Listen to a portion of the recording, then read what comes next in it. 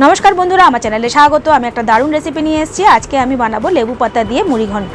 तार जोन्नो निये नियेछि दुटो बड़ो साइजेर पेঁয়াজ। आमी पेঁয়াজটাকে एरकम भावे छोटो छोटो करे पिस करे केटे निচ্ছি प्रथमे, और एकटा टमेटोकेও आमी एरकम भावे छोटो छोटो करे केटे निচ্ছি।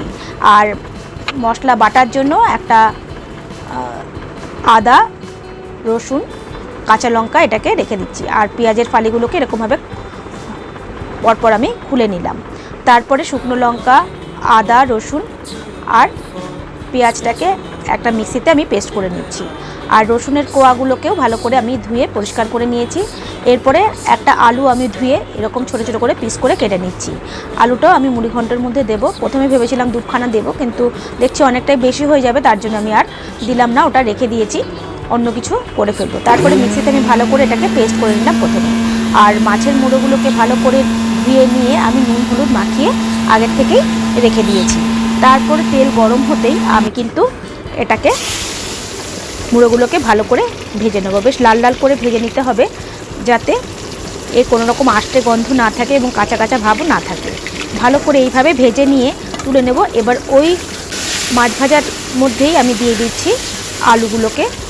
একটু নুন দিয়ে দিলাম, হলুদ তো দেওয়াই ছিল, তার জন্য আলুগুলোকেও ভেজে আমি এইভাবে তুলে নিচ্ছি একই পাত্রের মধ্যে।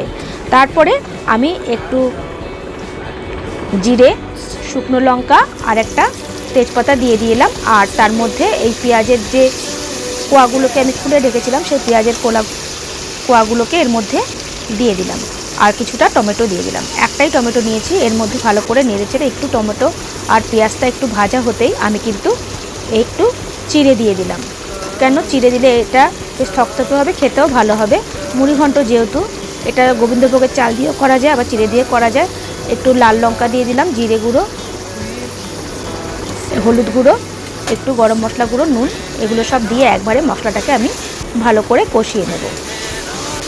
ভালো করে কষানো হয়ে গেলে আমি কিন্তু এর মধ্যে একটু গরম মশলা গুঁড়ো দিয়ে দিচ্ছি। আর ভালো করে কষানো আমার মোটামুটি হয়ে গেছে। এরপরে আমি দিয়ে দেব মাছের মুড়োগুলোকে, এর মধ্যে আমি দিয়ে দেব।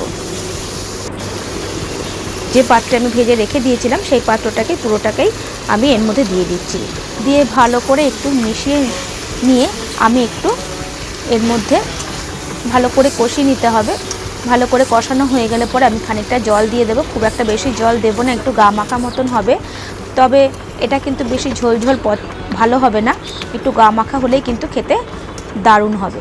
এর মধ্যে ভালো করে মুড়োগুলোকে আমি একটুখানি খুন্তি দিয়ে একটু ভেঙে দিচ্ছি যাতে মিশে যায়। আর ভালো করে নেড়েচেড়ে এইভাবে দিয়ে দিতে হবে। খানিকক্ষণ ঢাকা দিয়ে দিতে হবে, একটু আঁচটাকে কমিয়ে রেখে, তাহলে কিন্তু আলুগুলোও ভালোভাবে সেদ্ধ হয়ে যাবে। এইভাবে হয়ে যেতে একটু সামান্য একটু চিনি দিয়ে দিলাম, সামান্য পরিমাণে, যাতে টেস্টটা ব্যালেন্সটা ঠিক থাকে। আর একটা লেবু পাতা এইভাবে ছিঁড়ে আমি দিয়ে দিচ্ছি। যারা চিনি পছন্দ করেন না তাদের দেওয়ার দরকার নেই। আমি একটু লাল লঙ্কা গুঁড়োটা দিয়েছি এই কারণে যাতে রঙটা সুন্দর হয়।